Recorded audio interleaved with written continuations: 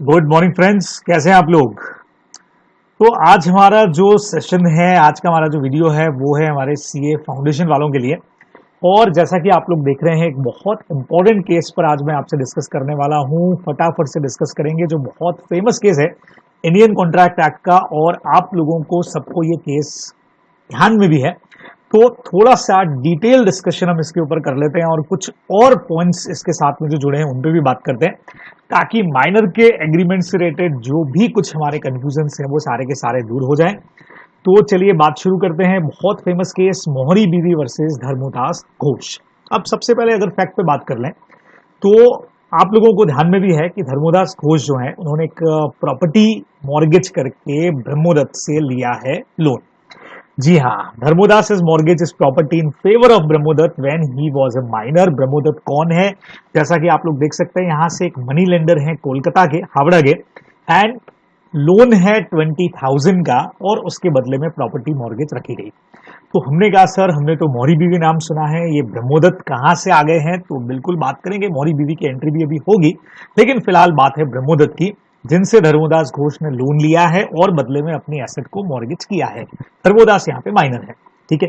ये ट्रांजेक्शन जो है वो डायरेक्ट ब्रह्मोदत्त ने नहीं किया है, उनके अटॉर्नी मतलब उनके एजेंट ने किया है। जैसा आप लोग देख रहे हैं, उनके एजेंट ने किया, और जिनका की नाम है केदारनाथ, बराबर। और इन केदारनाथ को ये पता भी है कि धर्मोदास जो है वो कौन है, एक माइनर है। अब लोन 20,000 का जरूर लिया गया, लेकिन इस वक्त जो लोन दिया गया, इंस्टॉलमेंट में पैसा देने की बात थी, तो 10,500 करीब दिए गए, यानी 20,000 से कम अमाउंट जो है वो यहाँ पे दिया गया है एज अ लोन, ठीक है।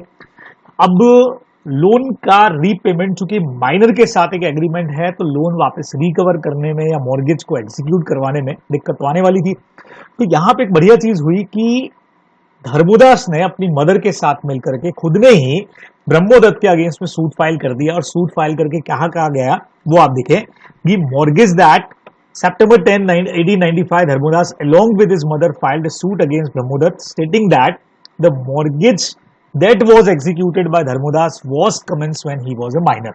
तो इनकी तरफ से कहा गया कि सर माइनर है, और माइनर की तरफ से अगर ऐसा कुछ भी मॉर्गेज किया जाए तो एब्सोल्युटली वॉइड है।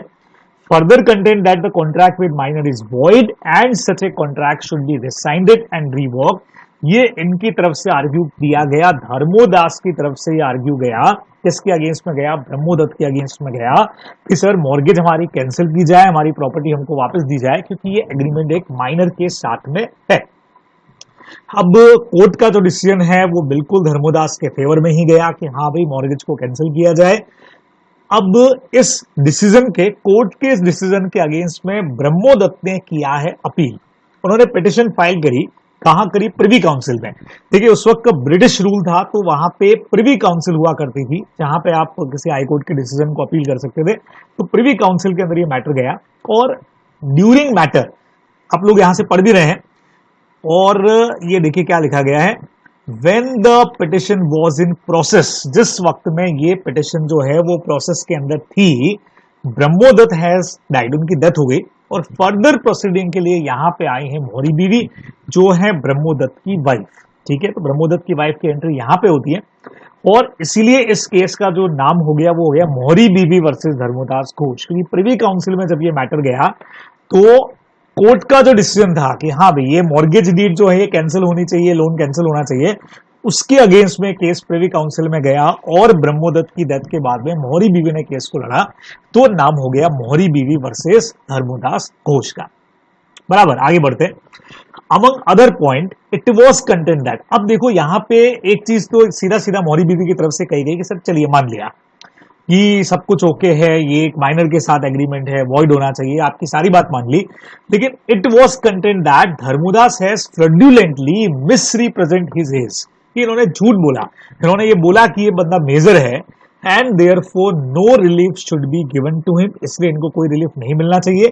और अगर if mortgage is cancel as request by the Dharmodas, चलो ठीक है, माइनर की रिक्वेस्ट पे आप ये कैंसिल कर भी देते हो, तो उससे कहो कि उसने जो एडवांस पैसा लिया है, कम से कम भाई वो पैसा तो वापस कर दे।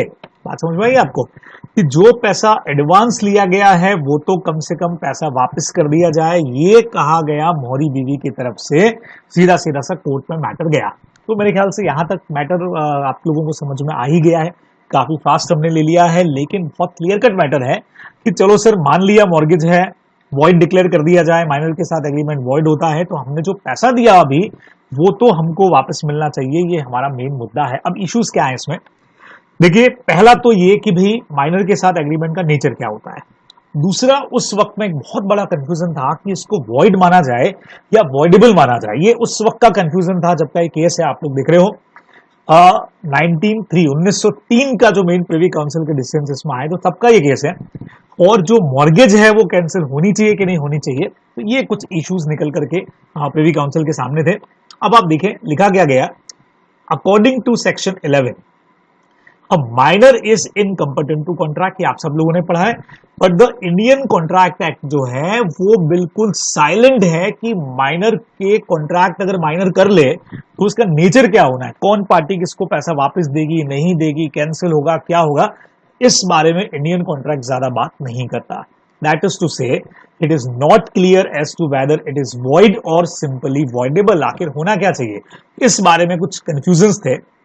तो there was a great controversy in the connection among the Indian high courts up to 1903 1903 तक। जैसे आपको मैंने कहा कि बड़ा कंफ्यूजन था कि आखिर होना क्या चाहिए, लेकिन इस ईयर में प्रिवी काउंसिल ने क्या किया, फाइनली सारी कंट्रोवर्सी को ठीक कर दिया, इसको पूरा रिजॉल्व कर दिया बाय डिक्लेयरिंग दैट। अब क्या डिक्लेयर किया, कंबाइंड इफेक्ट डाला सेक्शन 10 और 11 अगेन इंडियन कॉन्ट्रैक्ट एक्ट, और उन्होंने कहा माइनर कॉन्ट्रैक्ट्स आर वॉइड, वही अपना एग्रीमेंट वॉइड रहेंगे।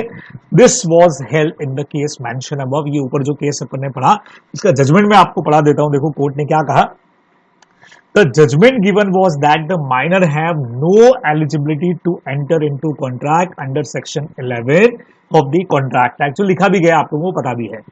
Any agreement contract with minor is void एब इनिशियो, स्टार्टिंग से वॉइड होगा। It is said that all the requirement under section 11 have to be fulfilled in order to constitute a valid contract, बराबर सारी requirements होनी चाहिए। Further it was held the contract with minor is void, minor have no capacity to contract, इसीलिए जो mortgage किया गया वो भी invalid रहेगा।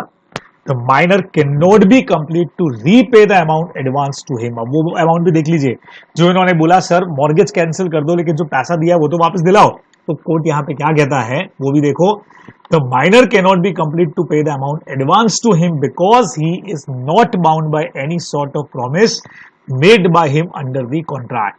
कॉन्ट्रैक्ट में किसी भी तरह का अगर कोई भी प्रॉमिस हुआ तो उसको फोर्स नहीं कर सकते आप माइनर को, बराबर बाउंड नहीं है वो उसको पूरा करने के लिए, अपने को ध्यान में रखना है। Also the law of estoppel is not used against the minor. Sir ये लॉ ऑफ एस्टोपल क्या है अभी आपसे मैं बात करने जा रहा हूं, लेकिन फिलहाल हम ये समझ गए कि यहां एक जजमेंट हमारे सामने आ गया और उस जजमेंट के अकॉर्डिंग जो आप लोगों ने क्लासेस के अंदर पढ़ा भी अपनी कि हाँ भाई सीधा सीधा सा जजमेंट आ गया सामने कि ये एग्रीमेंट वॉइड है, न माइनर को माइनर की एसेट वापस आ जाएगी और उसको पैसा रीपे करने के लिए भी नहीं कहा जाएगा, स्टार्टिंग से ही वॉइड है। ये इस केस का सीधा सीधा जजमेंट आप लोगों के सामने है। अब आप देखें इस केस से जुड़े 3 बहुत खास पॉइंट मैं आप लोगों के साथ में डिस्कस कर रहा हूं, इन पॉइंट्स को बहुत अच्छे से फोकस करिएगा। इसमें पहला इशू आता है सेक्शन नंबर 65 का। हमने कहा सर ये क्या है, देखिए इंडियन कॉन्ट्रैक्ट का सेक्शन 65 का हेडिंग चेक करो, उसे सब समझ आएगा। Obligation of person who has received advantage under void agreement or contract that becomes void, यानी यहां उस बंदे की बात हो रही है जिसने किसी void agreement या void contract में अगर कोई भी एडवांटेज रिसीव किए हैं तो उसको क्या करना है, when an agreement is discovered to be void, देख रहे हैं आप लोग को डिक्लेयर हो जाता है, और when a contract becomes void, खास लाइन ये है, ये लाइंस जो है हमारी बहुत खास लाइंस रहेंगी, मैं अंडरलाइन कर देता हूं। Any person who has received any advantage under such agreement or contract is bound to restore. Sir, restore का मतलब क्या होता है, वापस कर देना, रिटर्न कर देना, or to make compensation for it to the person from whom he received it. तो जिससे आपने वो लिया है एडवांटेज उसको वापस करिए। तो अगर इस पॉइंट का मतलब क्या, अगर किसी void agreement में या किसी void contract में आपने कुछ भी रिसीव किया है तो उसको आप वापस करिए, बराबर ये लिखा गया है सेक्शन नंबर 65 में। लेकिन सबसे बढ़िया बात समझो, ये चीज जो है वो नॉट एप्लीकेबल ऑन माइनर। बराबर, ये कोर्ट ने बहुत क्लियर कट उसके अंदर कह दिया कि हम ये वाला जो प्रोविजन है, बाकी हर वॉइड एग्रीमेंट पे हम इसको एप्लीकेबल कर सकते हैं, लेकिन मान के चलिए यहां पे हम एक माइनर के अगेंस्ट में ये चीज एप्लीकेबल करने वाले नहीं है। ये आप लोगों को यहां पे ध्यान में रखना चाहिए। माइनर के अगेंस्ट में वो इसको एप्लीकेबल नहीं कर रहे हैं, ये ध्यान रखोगे। तो जब भी आप इंडियन कॉन्ट्रैक्ट पढ़ोगे और जब सेक्शन 65 पे पहुंचोगे तो उस वक्त आपके दिमाग में पॉइंट आएगा कि सर वहां भी वॉइड एग्रीमेंट था, तो 10,500 रुपए वापस मिल जाने चाहिए थे जब एग्रीमेंट वॉइड ही हो गया है। तो ये 65 वाला जो सेक्शन है ये यहाँ माइनर के अगेंस्ट में नहीं एप्लीकेबल हो रहा है। माइनर को इससे बाहर किया गया है कि नहीं, बाकी वॉइड एग्रीमेंट्स में रिटर्न करना पड़ेगा, लेकिन माइनर के केस में माइनर को हम फोर्स नहीं कर सकते, अपने को ध्यान में रखना है। तो एक तो 65 आप लोग ध्यान रखेंगे। अब एक और बढ़िया चीज आप लोगों के लिए है, अभी अपन ने ऊपर पढ़ा था रूल ऑफ एस्टोपल भी माइनर पे नहीं लगता। सर ये क्या है? देखिए यहां एक और सेक्शन काम करता है 115 इंडियन एविडेंस एक्ट 1872 का। अब ये सिर्फ आप लोगों की नॉलेज के लिए है ना, जो लोग थोड़ा सा इसको डीप पढ़ना चाह रहे हैं या इन जनरल भी जिनके दिमाग में कंफ्यूजन अगर इससे रिलेटेड क्रिएट होता है कि सर ऐसा क्यों, तो वो सारे डाउट्स मैं आज दूर करने जा रहा हूं। एग्जाम पर्पस के लिए नहीं, आपके नॉलेज पर्पस के लिए बहुत जरूरी है ये। तो 115 क्या कहता है इंडियन एविडेंस एक्ट का, वो रूल ऑफ एस्टोपल समझाता है। एस्टोपल का मतलब होता है स्टॉप टू डिनाई, है ना। कोई चीज के बारे में जब आप एक बार सामने वाले को कोई हिंट दे देते हैं, किसी तरह का अपने एक्शन के थ्रू कोई बात कह देते हैं, तो बाद में आप मना नहीं कर सकते। तो when one person has is by discretion अपनी declaration act or omission intentionally cause or permitted another person to believe, जब अब इसकी डिटेल में मैं आपको नहीं ले जा रहा हूं, एक एक लाइन नहीं समझा रहा हूं मैं आपको, क्योंकि अभी मेन कंसेप्ट मेरा मोहरी बीवी वर्सेस धर्मोदास को समझाना है। तो अगर कोई एक पर्सन अपने एक्ट के थ्रू, अपने डिक्लेरेशन के थ्रू दूसरे वाले को यानी सामने वाले को विश्वास दिला देता है कि ये चीज बिल्कुल क्या है, कि जो वो कह रहा है वो एब्सोल्युटली सच है, सत्य है, और to act upon such belief, और उस एक्ट, उस बिलीफ के ऊपर, उस ट्रुथ के ऊपर वो बंदा, आप लोग काम कर लेते हो, वो बंदा आपके साथ में डीलिंग कर लेता है, तो फिर neither he nor his representative shall be allowed in any suit or proceeding between himself and, वो भी जो भी थर्ड पर्सन था, to deny the truth of that thing. यानी जब आप किसी को कोई चीज कह करके भरोसा दिलवा देते हो, तो बाद में आपको उस केस में मना करने का राइट नहीं। मतलब हमने आर्ग्यू दिया था कि माइनर ने खुद बोला है कि वो मेजर है, तो जब वो खुद बोल रहा है कि मेजर है, उसने अपने आप को रिप्रेजेंट किया as a minor, as a major, जिस पे भरोसा करके हमने उसके साथ डीलिंग किया है, तो अब उसे मना करने का राइट नहीं है, ऐसा कहता है रूल ऑफ एस्टोपल। तो यहां रूल ऑफ एस्टोपल भी लगा। तब यहां पे क्या कहा गया ये भी देखिए, the term estoppel may be defined as prevention of a claim or assertion by law. चलिए इन लाइंस में आपको मैं नहीं ले जाता, मैं ऊपर ही आपको बता चुका हूं। यहां पर आइए आप इस चीज को यहां से देखें, सेकेंड पैरा जो है, in other words when a minor fraudulently enter into a contract, ये पूरी लाइंस देखिए, representing that he is a major but in reality he is not, then later on he can plead his minority as a defense and cannot be stopped prevented from doing so। इसका मतलब बहुत clear है, law clear करता है कि भाई evidence act का section number 115 ये कहता है कि आप रूल ऑफ एस्टोपल आप पे लगता है। किसी चीज के बारे में जब आप सामने वाले को भरोसा दिला देते हो और उस भरोसे पे सामने वाला आपके साथ डील कर लेता है, तो फिर आप मना नहीं कर सकते। आप लोगों ने पार्टनर बाय एस्टोपल सबने पढ़ रखा है, एक बंदा पार्टनर नहीं है, अपने आप को पार्टनर बता देता है, तो फिर उसको पार्टनर मानना पड़ेगा हमको, बराबर। लेकिन ये रूल भी माइनर पे एप्लीकेबल नहीं। तो जो ऊपर आर्ग्यू दिया गया था कि सर इसने झूठ बोला, इसने अपने आप को मेजर रिप्रेजेंट किया था, तब हमने इसके साथ डीलिंग किया, तो वो रूल तो लगाओ। तो यहां पे देखो लॉ ने क्लियर बोल दिया, also the law of estoppel is not used for the minor। भैया माइनर के अगेंस्ट में ये भी लगने वाला नहीं। तो समझना बात को, सेक्शन 65 वॉइड एग्रीमेंट में जो भी एडवांटेज लेते हो वापस करो, ये भी माइनर पे मना कर दिया। सेक्शन 115 हम इंडियन एविडेंस का निकाल के लाए कि सर झूठ बोला था, हमको रिप्रेजेंटेशन दिया था, हमने उस पर भरोसा करके डीलिंग किया, कहते हैं लॉ की प्रिंसिपल ऑफ एस्टोपल भी माइनर पे लगने वाला नहीं है। फिर हम लेकर के आए section number 33 specific relief act 1963, जिसने कुछ सिनेरियो में चेंज कर दिया। जी हां, 1963 की, ये केस तो अपना 1903 का था बराबर, 1903। 1963 में जब स्पेसिफिक रिलीफ एक्ट आया तो उसका सेक्शन 33 माइनर के साथ डील करने वालों को बेनिफिट देता है। यहां हम माइनर को रीस्टोर करने के लिए बोल सकते हैं, लेकिन हम नहीं बोल सकते, वो भी कोर्ट की चॉइस पे है। और 1903 वाले मौरी बीबी वाले केस में कोर्ट की चॉइस नहीं थी, तो माइनर को कुछ भी रिटर्न नहीं करना पड़ा। तो थोड़ा सा इस सेक्शन को भी देख लेते हैं, ज्यादा डिटेल में नहीं ले जाऊंगा आपको मैं। आप लोगों ने अपने नोट्स में, बुक्स में इस पॉइंट को पढ़ा है रेस्टिट्यूशन के नाम से, तो वही पॉइंट है ये। पावर, सेक्शन का हेडिंग देखो, power to require benefit to be restore और compensation to be made when instrument is cancel और successfully resisted as being void और वॉइडेबल।